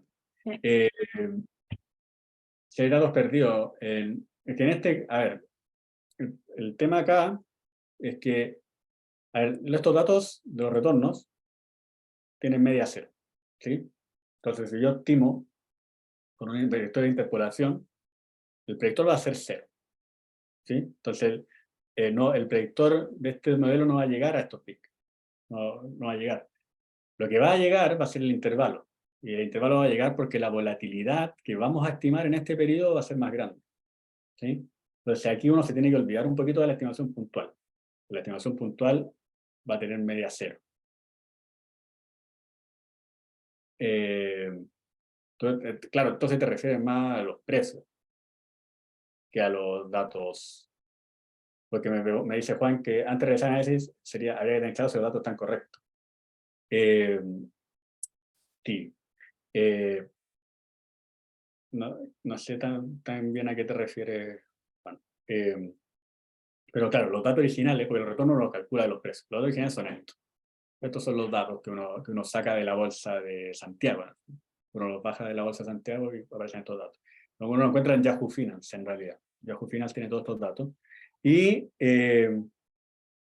claro, si hay datos sucios, ahí yo creo que con las técnicas va a ser súper difícil chequear el dato. O sea, uno podría chequear un outlier, por ejemplo, pero la serie de tiempo financiera tiene outliers, por definición. Porque la bolsa cae, porque hay periodos de mayor varianza, pueden generar, no es raro encontrarlo, insisto, porque tienen colas pesadas. Entonces, creo que ahí pesa más la opinión de alguien experto en el tema, que te diga, no, esto está raro, porque en este periodo de tiempo no debiésemos tener este pico. Por ejemplo, esta caída es súper evidente, porque esto de octubre del 2019, ¿sí? Por eso, no, te creo todo el rato, Juan. Deben haber datos que no son tan claros. Y ahí eso se escapa de mi expertise, completamente. Pero sí, en serie de tiempo financiera vas a encontrar datos atípicos, vas a encontrar datos que salen de la normalidad. Entonces hay que tener cuidado con no reemplazar datos, que en realidad son verdad, sino que datos que efectivamente son ruido. O sea, eso. Evidentemente, Juan, como magíster en finanzas, en el fondo, tú sabes más de esto que yo. Eso. Entonces, yendo al modelo, el modelo GARCH, en este caso, para ajustarlo vamos a ocupar el paquete RuGARCH, ¿sí? El paquete RuGARCH tiene una función que es la URSpec, que es la que te permite definir la estructura de varianzas del modelo. En este caso lo que vamos a decir es que el modelo es un estándar GARCH, un modelo GARCH normal, con un orden 1-1, y además uno puede darle una estructura a la media, pero inicialmente no se la vamos a dar, vamos a asumir que el modelo es GARCH. Y uno tiene que darle una distribución a los errores, en este caso la vamos a poner normal. El modelo GARCH por definición tiene colas pesadas, y por lo tanto las colas pesadas que salen de la normalidad, uno podría modelarlas igual con errores normal, porque el modelo GARCH igual va a tener las colas más pesadas que la normal. Entonces vamos a seguir asumiendo normalidad. Y después con el URFit hacemos el ajuste del modelo y mostramos el resultado del ajuste que está acá. Y los parámetros en este caso, el parámetro alfa y beta del GARCH, son ambos significativos. Y además el omega corresponde al intercepto de la ecuación de varianza. Pero el test de Box-Ljung rechaza, si se fijan, los p-valores son todos más chicos que 0.05 y por lo tanto los errores estándar tienen estructura de dependencia todavía. Y por lo tanto no nos va a bastar con hacer un modelo GARCH, sino que vamos a tener que hacer un modelo ARMA-GARCH. Entonces vamos a meter una estructura de correlación en los retornos, o sea, vamos a estimar la media y también vamos a estimar la varianza conjuntamente. El modelo aquí ya se vuelve ultra complejo, pero en términos de la aplicación en el R, usted lo único que tiene que hacer es, donde decía una estructura en la media, tienen que poner una estructura ARMA. Y para esta serie en particular, la estructura que funciona bien es una estructura autorregresiva. Es decir, el primer valor de este vector, el 1, corresponde al P chico y el segundo corresponde al Q chico. Entonces, en este caso, esto nos dice que vamos a ajustar un modelo autorregresivo a la media y un modelo GARCH a la varianza. Y de nuevo vamos a ir asumiendo distribución normal en los errores del modelo. Si se fijan, este modelo tiene todos los parámetros significativos, el AR con un poquito menos de significancia, pero son todos los parámetros significativos. Y si vemos el test de Box-Ljung para los retornos y para los retornos cuadrados, para los residuos cuadrados, en ambos casos el test de Box-Ljung entrega un estadístico, un p-valor muy alto y por lo tanto no encuentra estructura de dependencia en los errores. Entonces, este modelo ARMA-GARCH sí nos explica la dependencia temporal en los retornos y en los retornos cuadrados. ¿Sí? Vamos bien. ¿Sí? Me preguntan cualquier cosa. Esta función UGARCH-FIT del paquete RuGARCH tiene una función que es plot, y el plot te permite generar muchos gráficos. Yo aquí seleccioné 4 de esos gráficos, que son súper indispensables para estudiar los errores del modelo. El gráfico del histograma, el gráfico del QQplot, de los residuos, y la ACF de los residuos y la ACF de los residuos cuadrados. Si ustedes se fijan, particularmente en este, los errores del modelo siguen teniendo las colas pesadas. Y uno tiene que, y por lo tanto, los errores no se ajustan a la distribución que nosotros le pusimos al modelo. Entonces vamos a tener que chequear una distribución distinta. También se ve en el histograma, pero el histograma no es tan claro. El histograma, si ustedes se fijan, el pic de la línea naranja, que es la normalidad teórica, no llega al pic de los datos empíricos o de los residuos empíricos, ¿sí? Se queda más abajo. Por lo tanto, no tiene las colas tan pesadas como los datos de la distribución teórica o la distribución normal. Y eso se nota aún más en las colas pesadas en este caso. Eso. Y por lo tanto, la solución para este problema, para que el modelo quede bien especificado, porque en el fondo lo que estamos diciendo acá es que el supuesto de normalidad que le pusimos al modelo no se está cumpliendo. Y por lo tanto tenemos que cambiar el supuesto. Entonces vamos a cambiar la distribución. Vamos a poner una distribución t-student. Si ponemos una distribución t-student con la misma estructura, vamos a ver que todos los parámetros son significativos, ¿no? El omega no, pero el omega es el parámetro que uno no puede sacar del modelo, porque ese parámetro omega tiene que ser siempre mayor que 0. Y todos los otros, tanto el parámetro R como los dos parámetros del modelo GARCH, son significativos. Y aparece un quinto parámetro, aparece un shape. Y ese shape son los grados de libertad de la t-student. Y si fija, los grados de libertad de la t-student son casi 5 y también son significativos. Por lo tanto, la t-student sí está aportando a la calidad del ajuste en este modelo. No es, los grados de libertad no son no significativos, ¿sí? O sea, generan un impacto, generan un impacto en la estimación final del modelo. Y aquí volvemos a tirar el plot del modelo, y si se fijan, en la naranja, que es la t-student, sí se ajusta mucho mejor a los datos de abajo que la normal, que es la azul, que se queda mucho más abajo. Y ahora sí, la mayoría de los puntos del QQplot están arriba de la línea, se escapan solo un par, pero no como para preocuparse. Y además los de residuos estandarizados no están correlacionados, salvo esta barrita que sale en el lag 10, pero ya no es modelable, o sea, tendríamos que meter un GARCH de orden 10, y sería un modelo que estaría nuevamente muy sobreparametrizado. Entonces, este ha sido un análisis de residuos más apropiado para los datos que tenemos.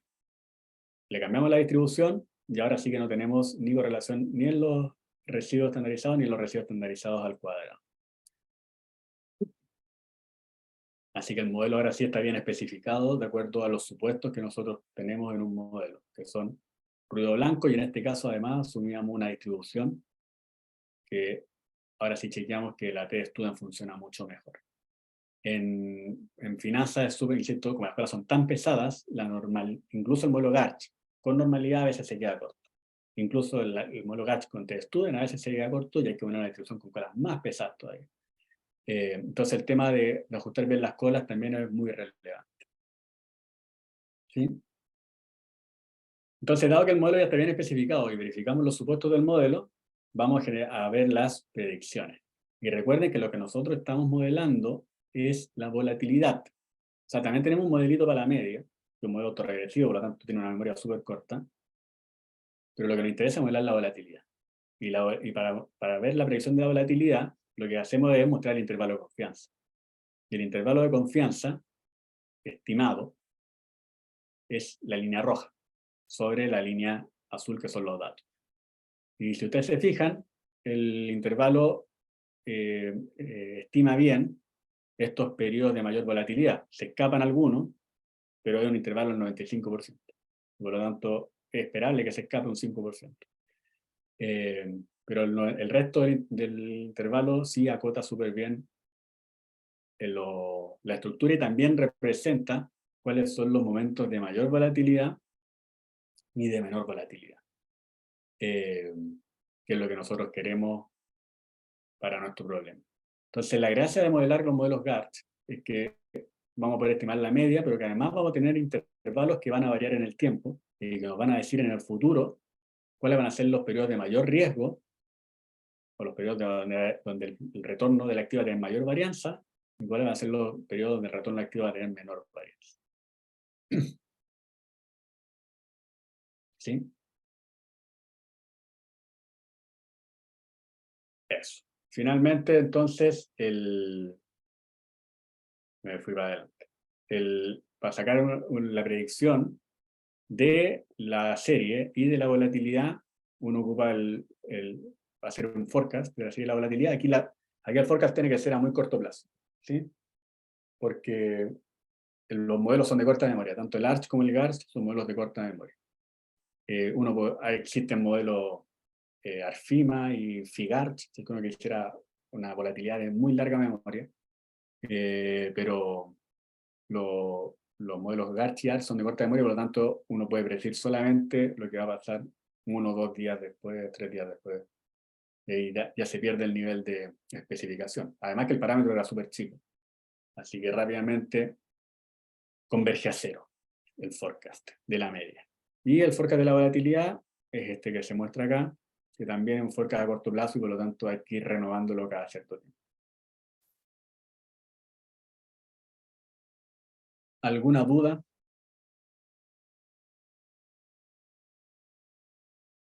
Que estoy ultrapasado del tema.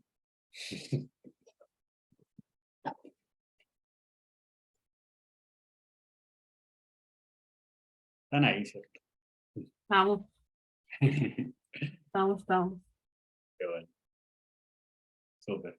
No sé si alguien tiene alguna duda ahí, como dice Felipe. Yo sé que esto es mucho, pero insisto, la idea es mostrarle un poquito cómo funcionan estas cosas y después, si ustedes quieren interesarse más, darle el primer empujón. Bastián tiene una duda. Sí, hola. Mi duda más que nada con los modelos ARIMA anteriormente que se vieron, ¿cuál es la ventaja que tiene al usar ARIMA en cuanto a otros modelos de pronóstico como por ejemplo Hall Winter, que se puede comparar con SARIMA, ya que ambos tienen enfoque de estacionalidad? Sí, la principal diferencia entre un SARIMA y un Hall Winters es cómo se modela la estacionalidad. El modelo SARIMA se modela de manera determinística. El modelo Hall Winters se modela de manera determinística. Entonces, tus predicciones o tus forecasts en Hall Winters va a ser una réplica exacta de la estacionalidad. Las estacionalidades van a ser todas iguales en el futuro. O sea, tú lo que estás diciendo con un modelo determinístico es que siempre la estacionalidad se va a replicar de la misma manera. Y eso es un supuesto que es fuerte, porque generalmente las estacionalidades no son exactamente iguales en el tiempo. Tienden a tener cambios, y esos cambios sí los modela un modelo ASARIMA, por ejemplo, que asume aleatoriedad en esa estacionalidad. O sea, la estacionalidad tiene media constante, pero es un proceso estacionario en sí mismo. No sé si me explico la diferencia. O sea, Sí. el modelo en el fondo de Hall Winters dice la estacionalidad, si uno tomara todos los valores de enero, son todos iguales. En cambio, el modelo SARIMA lo que dice es que si uno toma todos los eneros, eso tiene media igual, tiene media constante, pero sí tiene variaciones en torno a esa media. Es eso. Gracias. De nada. En el chat están hablando ahí, dicen que está todo en orden, que con el slide, la grabación y el código van a repasar. Todo claro, muy bueno, interesante, muy claro, todo bien. Gracias, Felipe, gracias. ¿Cuáles libros recomiendas para repasar estos temas? Buena pregunta. Hay libros más teóricos, pero como estoy haciendo un curso aplicado, yo creo que un buen libro para es el libro de Chunwei y Stoffer, que es el libro del paquete ASTSA. Ahí hay ejemplos replicables en R, en el paquete que ellos tienen. Por lo tanto, creo que es un buen libro, que además bien completo, porque tiene de todo, desde SARIMAS hasta los modelos que vamos a ver en la próxima sesión. Así que voy a recomendar el de Chunwei y Stoffer. El libro, perdón, me fui para el otro lado, Sí. es el que yo puse acá. Este es el libro. Chunwei and Stoffer, 2017, Time Series Analysis and its Application with R Examples. El que está acá, es el libro que yo recomendaría para tener ejemplos replicables en R.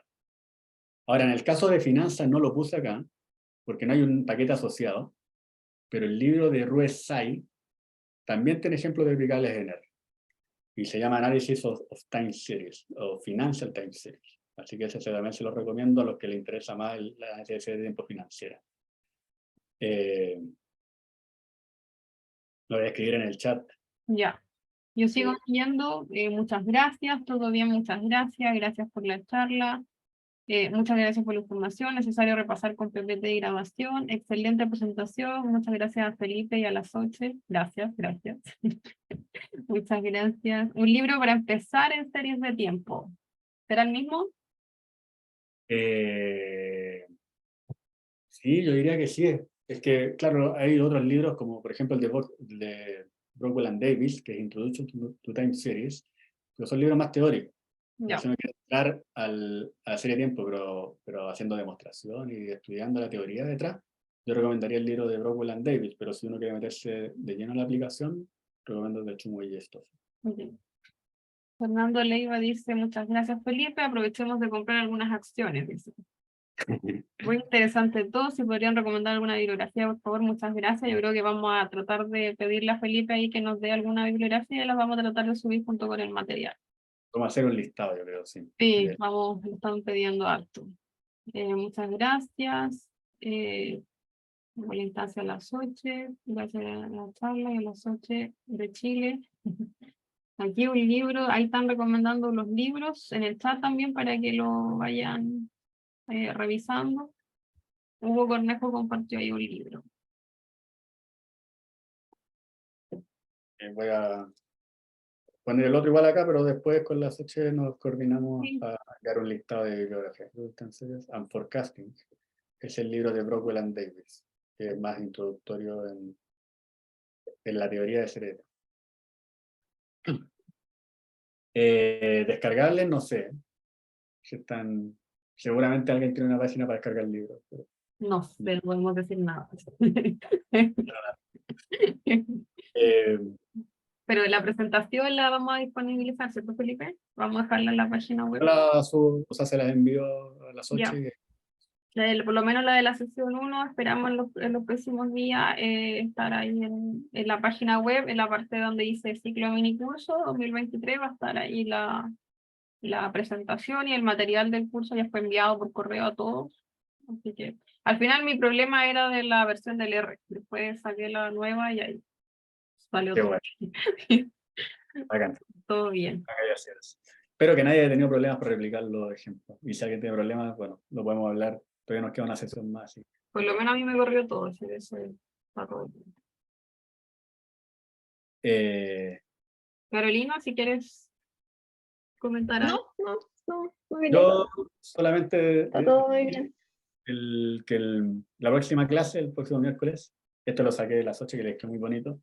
El temario, vamos a ver el análisis multivariado, que es el análisis de la aplicación en finanza 2, que también es súper interesante estudiar estructura de correlaciones compartidas entre series, que pasa mucho en finanzas.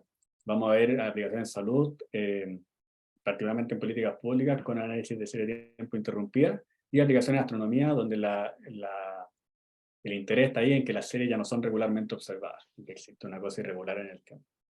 Así que la clase que viene también vamos a tener hartos ejemplitos para mostrar. Súper. Y lo último, Súper. mi correo, si quieren decirme algo.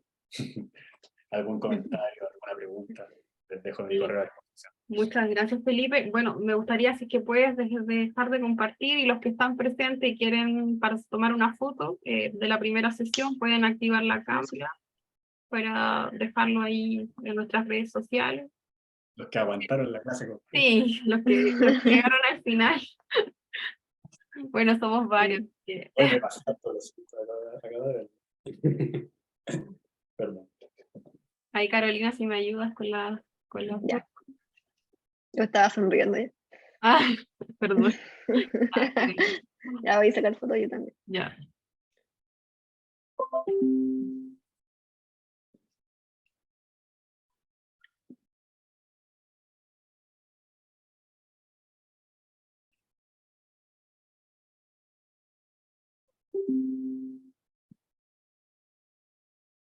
Sí, ¿está? Sí, que son varias pantallas.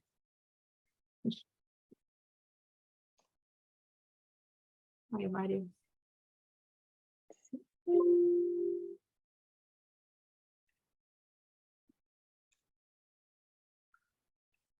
Alguien tiene una foto de un perrito.